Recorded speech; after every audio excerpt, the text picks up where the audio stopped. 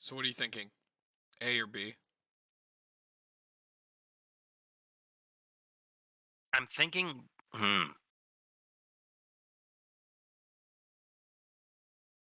I don't know. Dragons are really good right now.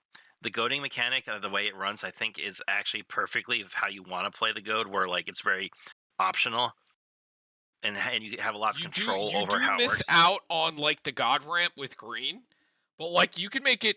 There's so many things that make them cost less in red and colorless. Like just playing like Urza's Incubator, Herald's Horn, the red ones that make dragons cost less. There's also just a lot of good low cost dragons now. You could even play Marauding Raptor if you wanted to. Yeah, I know there is good low cost dragons too. I don't And know. you're also in blue, so now like you're open like counter and protection, and and you have a draw engine on your commander. I think it's pretty good. I think it might be an A. It seems like consistency to me because like the tribal engine lets you draw cards, and you can also just play like though you lose the green, you could just play like the things that when they deal damage you draw. So, Yeah, we do have that in all that in this color too. hmm I like them. all right. So what about what is So this? that is where is he? Where there he is. Gale, Water Deep Prodigy. So 3 mana, 1/3. Whenever you cast an instant sorcery spell from your hand, you may cast up to one target card of the other type from your graveyard. If a spell cast from your graveyard type, you'll put into your graveyard. Exile instead. Choose a background. So this is the kind of nifty thing where, like, okay, you cast instant off your turn, you get to cast a sorcery, and vice versa. Yeah, it it seems good to me. It You just actually play it seems red with it, or it. whenever you cast an instant sorcery spell from your hand, you may cast up to one target card of the other type from your graveyard. So it's basically giving something flashback. Mhm. You do have to cast it though. Does it It's exile not. it though? Yeah, it's not a cast without paying its mana cost, so you still have to cast it. But it gives something flashback that doesn't. It's like a more fair Lear.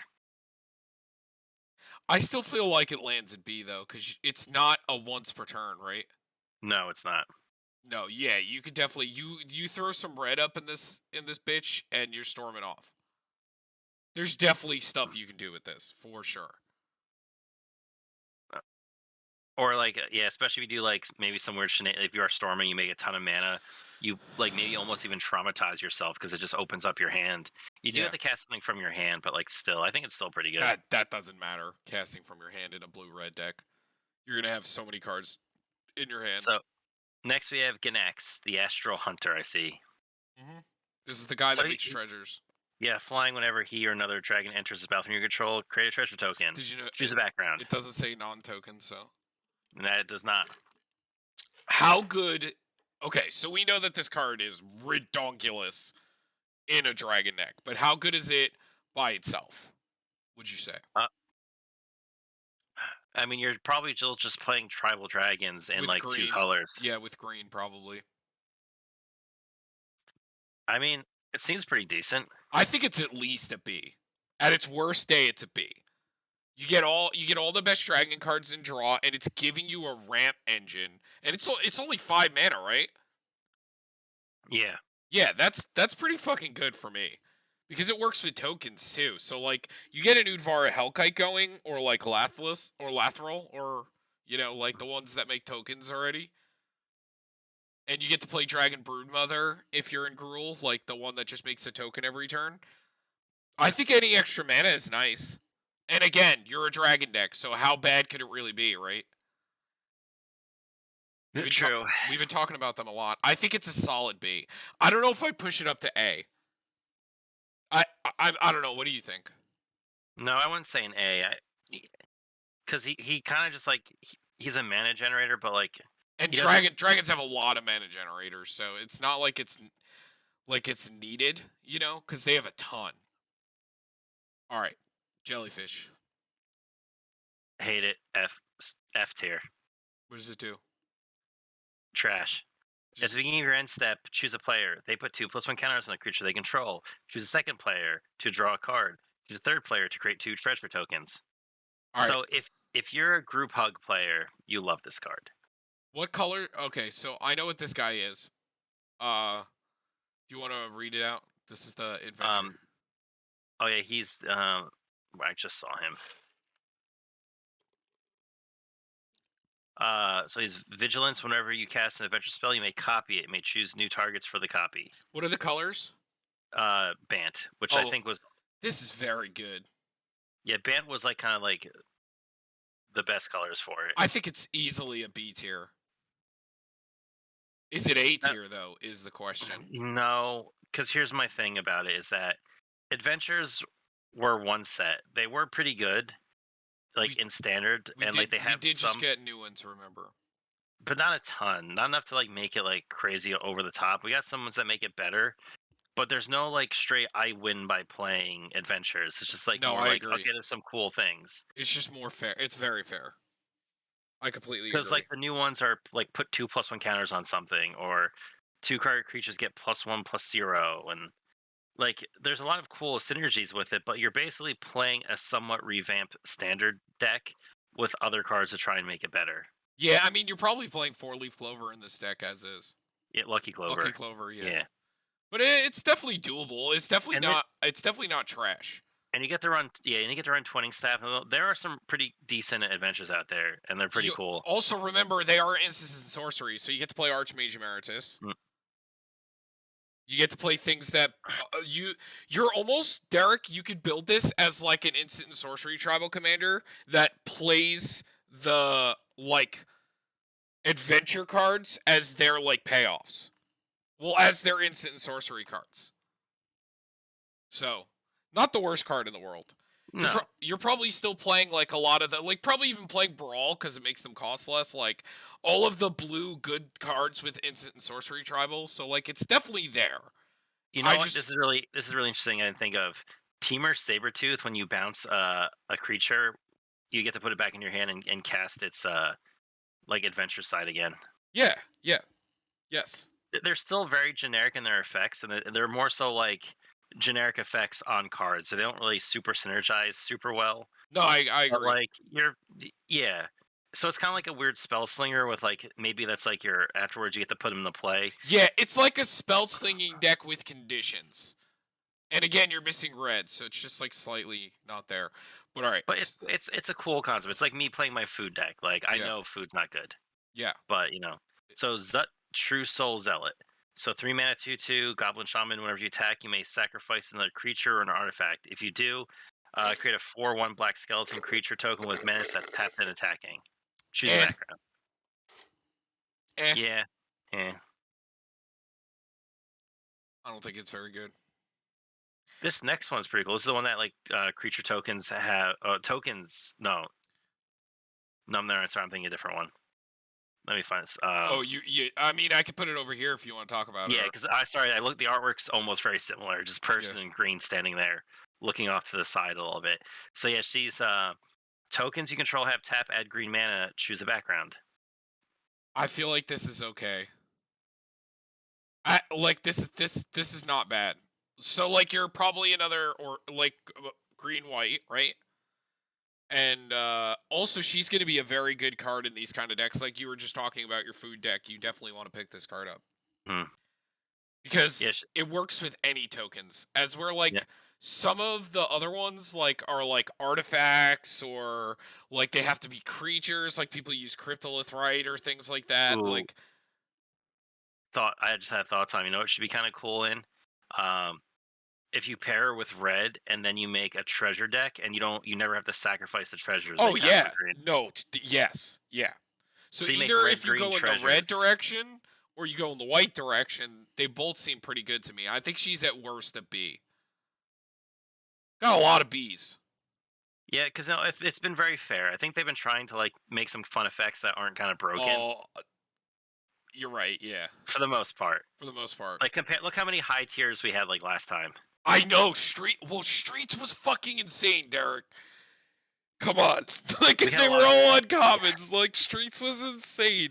There was 31 commanders, and there was, like, fucking 7 A tiers and 3 S tiers. Like, Streets was changing the fucking game out here. We got 67, and we've put 3 in A tier. and like you see how quickly like the Baldur's Gate battle for the B tiers. yeah, but you see how like you said like the Quasar the pain augur, like how quickly like the game turns around. Where like I'm at like 4 life, nothing in play, and I play 2 cards and then I win. Well, yeah, which is why I should have just killed you. Like, I Yeah, knew I but should have. I thought I was gonna get swung down, but like That guy was doing so much more that game that, like, my brain was just linked to he had to die first. Like, because he tried to extra turn spell like 50 times. And I looked at his other deck, it's basically the exact same thing. Like, he just playing like 2 of the same Esper decks with all stacks pieces like Op Agent and everything. And alright, so what is this thing? So this is the Archdruid. He's a 4 mana 2/4.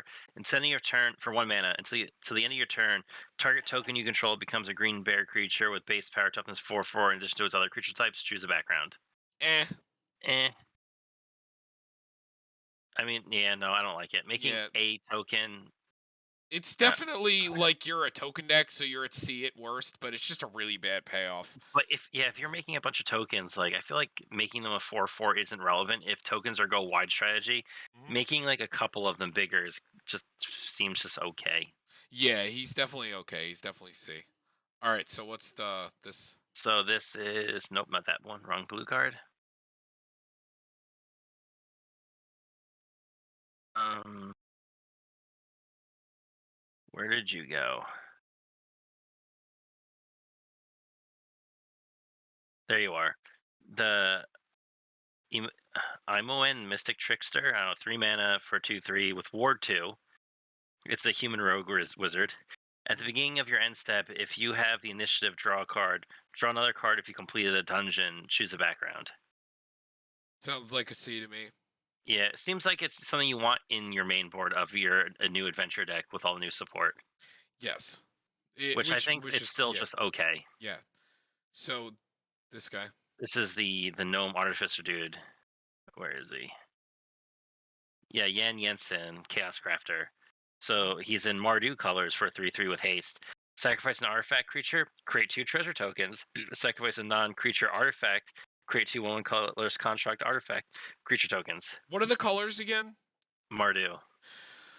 Okay, so I think this commander can be pretty scary. I think this might be another like weird marionette master kind of deck. Not even just that. This could probably a KCI deck. Easily. Oh yeah, probably. Do Yeah. you know how easy you can do things with and you have black, like the best tutor color in the game. And yeah, you get like Disciple of the Vault and Marionette Master as win cons. So like choose an sack an artifact creature, you make 2 tokens. So that seems really good with like the KCI package. Wait a minute. And then you sack a non-artifact to create 2 1/1 colorless creatures. Can't you just isn't that one card that what's the staff that like when something dies? Staff. Oh, I was just thinking about Thornbite Staff. Yeah, Thornbite Staff, right? Yeah, and Staff of Domination. And the is, best tutor colors for it, other than playing blue. But you have black. I mean, black is the best for everything, so. So you sacrifice an artifact creature, you get to untap them. You have 2 treasure tokens. Then you tap him to sacrifice another construct. You have 4 mana now. There are ways to untap him as well. Like it's Yeah, so you spend 3 of that mana you just made to untap with Staff of Domination. Then you tap sacrificing one of the 4 constructs you just made. He untaps, tap, make. Oh yeah, so he goes infinite with that with Staff and Thornbite Staff and Staff of Domination. Yeah, because no, you'll doesn't Thornbite Staff just do it? Well, no, because once you run out of creatures, like you have to get creatures back, you have to sacrifice a non-creature artifact, like one of the treasures, and then that won't untap them because it's not a creature. Oh, I see what you're saying. So, But but what you you do, you could also just have a sack outlet. So if you just have KCI yeah, or like Astronaut's Altar or something. Yeah, yeah, I, that I, I also think works. I think this is a new like one of your decks, like a new side commander. And then you get to pair it with like Bolus the Citadel, which is an artifact. I think this can even be well, it's not stronger than Sai. I think Sai is still Oh, and ridiculous. you pay Pitiless Plunderer in this No, too. he's I think he's got some business. I think this is a Yeah, I think anything with a bunch of artifacts with also tapping to get value as they're getting to sacking try you up. out black too, so you get like two of the best win cons for artifacts too, which Hmm. is Marionette Master and Disciple of the Vault. So, eh, look, and like we were saying, like the staff cards, and staff domination can work with KCI probably because he makes two colorless constructs. Hmm. So yeah, it's definitely Oh, new. you also get to run Disciple of the Vault and Reckless Fire Yeah, that's what Weaver. Disciple of the Vault. Yeah, Yeah. and Mayhem Devil. You get Mayhem Devil. Let's go. No, yeah, this guy's definitely good for sure. All right. So next, this is the weird two that gives stuff to your permanently goad stuff. Oh, this is Um, that guy? yeah. Oh yeah, just read the whole effect because I want to refresh it. So it's at the beginning of your end step. Target opponent gains control of up to one target creature you control. Put 2+1 counters on it and tap it. It's goaded for the rest of the game, and it gains. This creature can't be sacrificed. Whenever a creature you own but don't control attacks, you draw a card. Okay, what's the colors? Uh, Demir. Just oh, I wish it had red. Why didn't it have red? I don't think it needs it. Okay, so to be fair, he's probably going to be mostly the thing that's goading because I can't think of many cards in.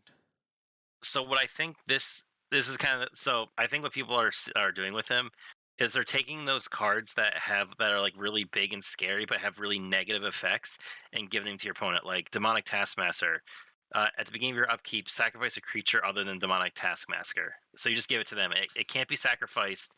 Sounds Or like a B, and you also get to draw, so it's definitely a B. Desecration Elemental. Creatures. Whenever a player casts a spell, sacrifice a creature. Mhm. It's definitely a B. Uh, It's got or draw. yeah. It's annoying. It puts things to your opponent, and like it's very good. Like they can't sacrifice it, Nope, they cannot sacrifice and it. it's not a once per turn draw, right? It's Nope, everything that it's whenever a creature you own but don't control attacks, draw a card. So you'll go from like 1 to 2 to 3 Yeah, to exactly. 4 as long as you keep playing stuff. Yeah, kind of like that chess guy commander that donates things and Mm. draws for each permanent that Anyway, you own but so don't control. what we got next? Where is Elf it? Oh yeah, so here it is. So whenever she attacks, it gains Death Touch into the end of the turn. Mill 2 cards. Once during each of your turns, you may play a land or cast a permanent spell from among cards in your graveyards that were put there Oh, we from your talked about library this this. turn. We talked about this. Yeah, Yeah. this can be an instant win commander easily. Like Hermit Druid plus like, there has to be a way to win with this commander by milling your entire library and just like this has to be good, right? Like I'm not just being insane, right? And maybe it's like it's set up for like a crazy get rod combo or something. Because it puts it into play, right? Yeah. So you could just Well, do no, You could just do what?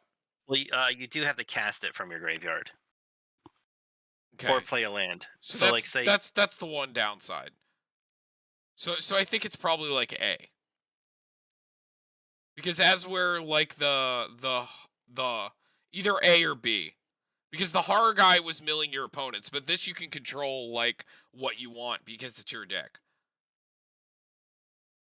the cool kind of thing is like you could play like a self-sacking thing, and it's also only once during each of your turns you may play a land card from a permanent. So it's kind of like a Muldrotha kind of effect almost. Yeah, it's a fair Muldrotha, yeah.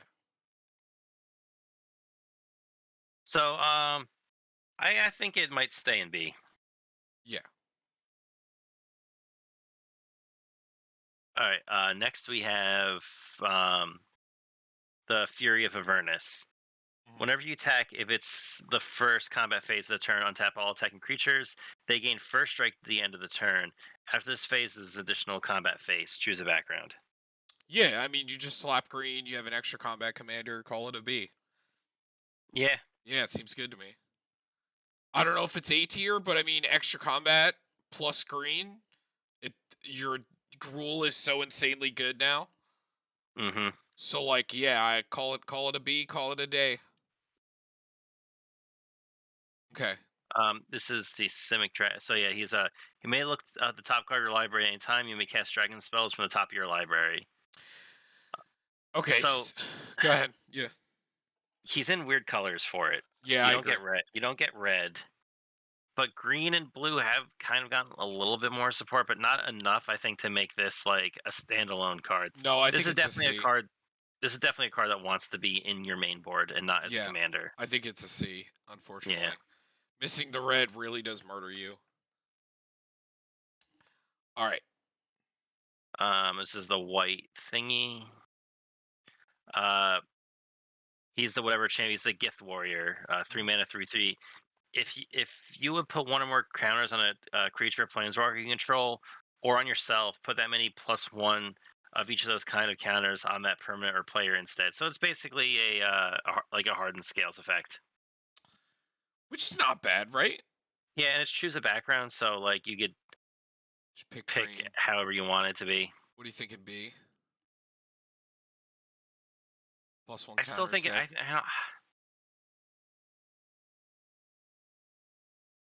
maybe it's like in between B and C. It's +1 counters. I think are much more common in green than they are in white, so you'd probably want to pair it with a green background. mm-hmm. C or B, you think? But counters are also really good, so maybe it is like low B. Yeah, definitely. All right. So that's Cultus of Tiamat. 3 mana, 1/3. Whenever you cast a non-creature spell, target creature gets +X/+0 at the end of the turn, where X of that spell's mana value. Choose a background. What is this creature's creature type? Dragon Shaman. Okay. He's just got like these tendrils around him, and there's like a little. What does it do again? It gets +X.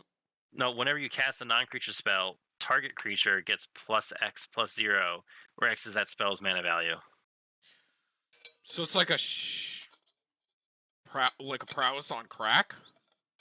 Kind of, but you don't get toughness. It's only power. What do you think about this? It's choose a background, so can be kind of cool. Because remember, it's not partner, so you don't have another creature to use. Maybe if you played it with like green and you played some like maybe you could just like play a bunch of buff spells and then also get the buff from like I don't know, maybe I don't know. I don't know how I feel about him. I just feel like he's another one like just okay, like maybe Seer. See, he is the uncommon. They actually gave uncommons uncommon power level, sorta. This one. Speaking though. of uncommon, flying 4/2 for 5. Whenever you cast an adventure spell or dragon spell, he deals damage equal to that spell's mana value to any target that isn't a commander. This card is very good. Yeah, so it's basically and it's a cast trigger too. It's not even ETB effect. So like, if this resolves into play, I hold priority to cast something first. So unlike a Terror of the Peaks, like I get to use it at least once. So I if I have mana. feel like this is a little bit more fair in these colors, but it's still very good. Like you could still copy this very easily. Like between like Sakashima Spark Double, the new spell that came out that gives it like, gets rid of the non-legendary and gives it flying. Like this is at worst a B tier commander, I'd say. Yeah, because you still get all the good red dragons. Like so. Do you think this goes with the Goad Boy, or is it a top of B kind of? I don't know. See that like it's basically you're playing targeted removal as a commander, and you're still playing dragons, and you're still playing blue for like the support for it. I don't know. I feel like it could be pretty good. Like I think, okay, I have two theories. People are gonna realize that it's basically Terror of the Peaks, and they're gonna kill it immediately because if you're playing a tribal dragon hand, no one wants you to play at turn 5 him or a 5 mana dragon him, and then Mhm. play a 6 drop and take 6 damage to like the face or another creature. Like going in this into Lathless, Mhm. or like this into Terror of the Peaks. Like you're gonna become targeted really quickly, but you're also gonna kill everything on the board basically, and then you're just playing dragons. I still think it's maybe a B, like a top of B. I still think he's top of B. Yeah, Yeah. I don't know if So he go A because I don't think he doesn't no, develop the board as much. He's only as good as your hand he's is. let. This is like evasion slash draw plus one. So that's why I Plus like this one better than as plus a bit of this is control this too. is as far as a standalone card goes, because Yeah. this is much better in like the teamer dragon that you get to copy it and do stuff. hmm But all right, this is Lulu. S tier because it's Lulu. Beginning of combat on your end step, if a permanent you control left the battlefield this turn, plus one counter on each tap creature you control, then untap them. Choose a background. Real spec, realistically, like not great. Mhm. Because it's basically a revolt trigger, and Yeah, it only puts plus one counters on tapped creatures. Okay, how this wants to work is it wants you to attack with everything. Somebody makes a block and dies, and then you put a plus one counter on your creatures and untap it, and you get to choose a background. but Derek on looks alone. But on looks alone, just because of it's the loyal Holly fan, it's an honorary S tier. But in Realist, reality, it's realistically, probably it's probably a C tier. or maybe even D. You think D? I don't think it's that bad.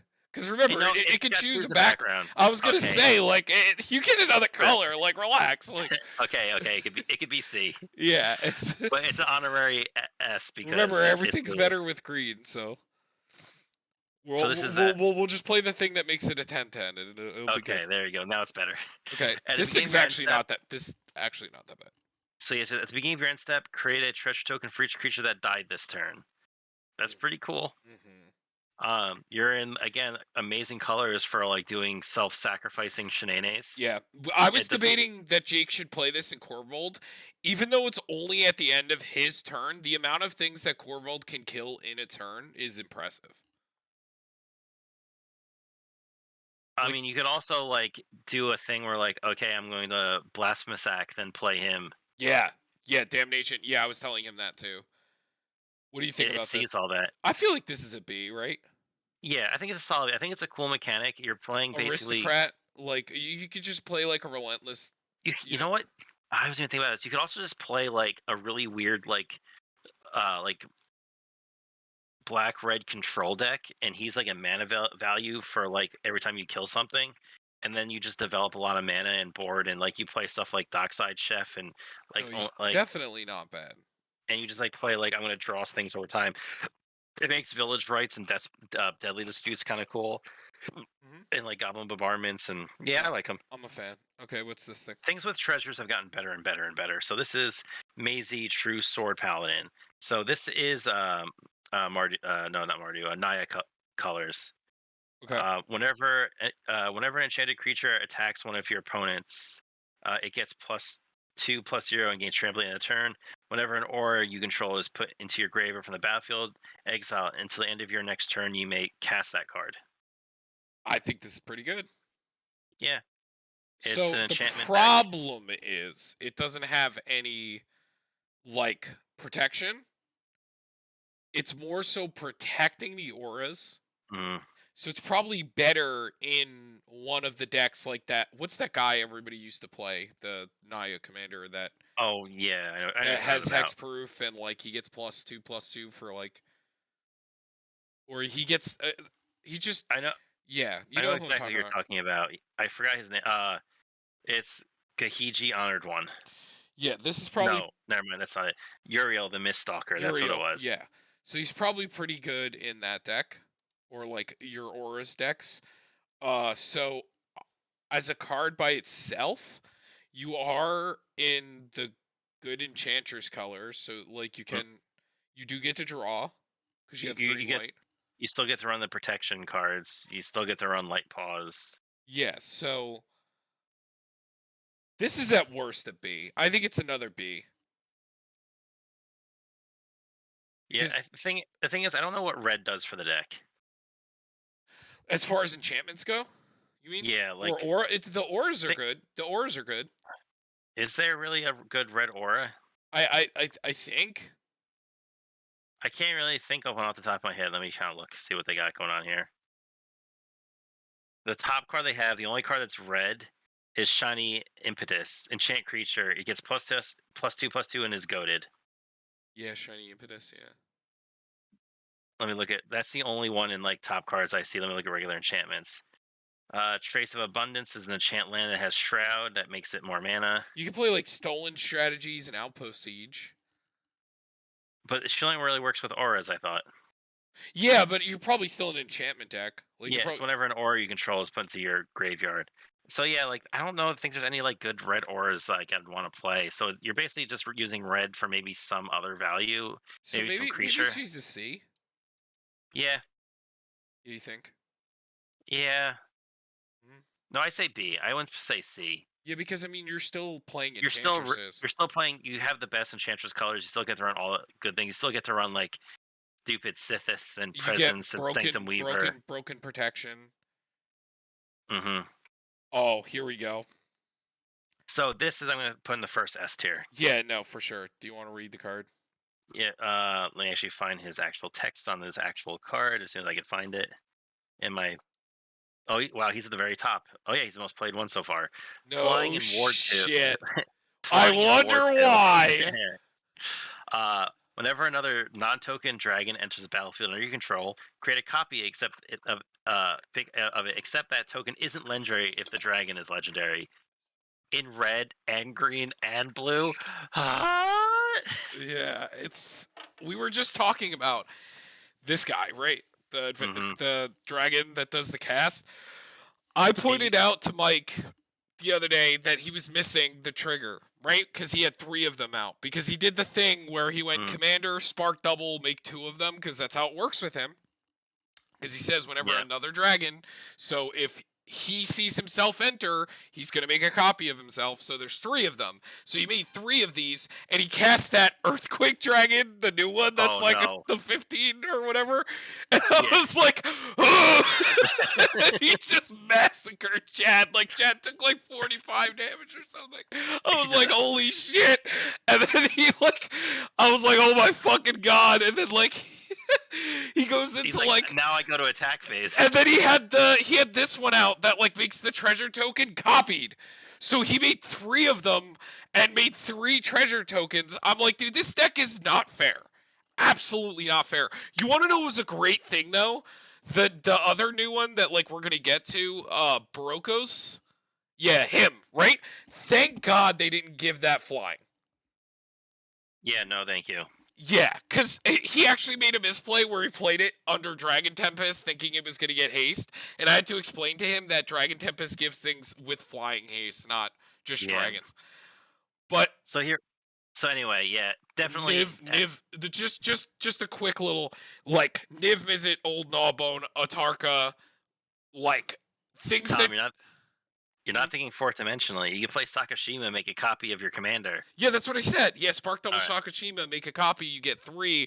Make 3 copies of this, or Terror of the Peaks. Scourge of Valkus, play Writer Replication. My brain hurts. Old Gnawbone, make 5 copies, 38,000 treasure. Next card, Tom. Next card, Tom. Also, there's 12 new dragons you can play from this set. Mm-hmm. All of those legendary cards that we pointed out, those all go in that deck. You can play this, you can play this, you can play the dude that makes treasures, you can play the guy that lets you play them off the top. Literally every single dragon that we showed, can be played in that deck. But anyway, moving on. Alright, so it's the new Miskin Boo, the Timeless Hero. So he's got so he enters with 3, and when he enters the battlefield at the beginning of your upkeep, you may create Boo, the legendary 1/1 red hamster creature token with trample and haste. Put 3+1 counters up to 1 target creature with trample or haste. Then sacrifice a creature. When you do, Miskin and Boo deal X damage to any target where X is the number where X is that creature's power. If the sacrificed creature was a hamster, draw X cards. Mess with Nexus. Yeah. Oh, true, right. You can't do that, and that way you don't have to sacrifice your hamster. So what are you thinking? I think it's kind of cool. It's like just like make something big as and a +1 counter deck. Uh-huh. But a +1 counter deck in Naya. Well, no, it's red green. I It's not know. Naya. I'm saying it would have to be. Yeah. Oh yeah. But what are you thinking? I think he's rocking a B. Okay. He's cool. It could be aggressive, but it does fall in that thing where like you're probably going to be devoting a lot of time to buffing up 1 to 2 creatures at a time, So and then if they're only as good as the creatures you put into play, I guess. yeah. But there's a good creature color. It's not bad. Like I said, it's a very fair card. Mhm. All right. Minthra the Merciless Soul, 4 mana 2/2, Ward X, where X is the number of experience counters you have. At the beginning of your end step, if a permanent you control left the battlefield this turn, you get an experience counter. Creatures you control get +1/+0 for each experience counter you have. So that's kind of interesting. So like a kind of cool blink deck stuff, ETB tribal blink deck gets them more experience counters, and things get, how experience counters go, they don't go away. Yeah, they get And they very get bigger and annoying. bigger. And we also have a creature now. That's that one card that puts an additional counter on you. That's your experience counter because you get an experience counter. So what are you thinking? Um, Is it another B? I think it's another. I still think it's another B. Like you can go make creatures really aggressive, really wide. The strategy is good at what it does. Like Yeah, it can you do. want to play it. Mhm. Mhm. It definitely wants to be a blink deck or like an aristocrats deck because you want to be able to sack and get them back, or just blink and ETB. Yes. But when you do, you can make things huge. Oh, here we go. This might be one of the only other S's to me. Yeah, I'm gonna agree. I'm gonna put him S tier. I really like this dude. There's already a bunch of really easy combos. Do you want We to also read have his a lot effect of. out? Read the effect Oh out yeah, first. sorry. As long as your life total, it's the god thing. Mhm. Whenever another non-token creature you control dies, you may exile it. If you do, create a token that's a copy of that card, accepts its enchantment, and loses all other card types. Mhm. So like, you're playing. You can play some enchantress, some enchantment based stuff like Sanctum Weaver and whatnot. It's funny if Sanctum Weaver dies and exiles and becomes an enchantment. You have an enchantment that has Sanctum Weaver's effect. Yeah. You also get to just slam a Sterling Grove and now make all your tokens like can't be countered. Yeah. And you could play Anointed Procession, Second Harvest, Doubling Seasons, and Parallel Lives, and get double the amount of creatures that you exiled into tokens. Yeah, there's definitely something here. And there's some fucking annoying black enchantments just face value. Like, even if you're just making it an enchantment deck that has creatures that you want to die and do stuff, like, even if it's just face an enchantment deck, it's very good. Yeah, even that. Okay, Tom, I play Grand Abolisher. You kill it. Cool. I still have Grand Abolisher. Yeah. I Oh. play Danith Right Manistrite. I play Beladros Witherbloom. You kill it. Aegis. Cool. Aegis of the gods that gives you hexproof. Like, I play Platinum Angel. It dies. I still have oh, Platinum Angel. Platinum Angel. Oh, you can play the Celestial Karen. That's a creature, right? Yeah. Yeah. That's the baby version of Platinum And Angel. then you get to play like Devoted Druid and make infinite green mana. Yeah, and it's in the best colors for tutoring its combo, like green and black. So, I think it's going to be very good. You can make a walking ballista, something that can't get killed by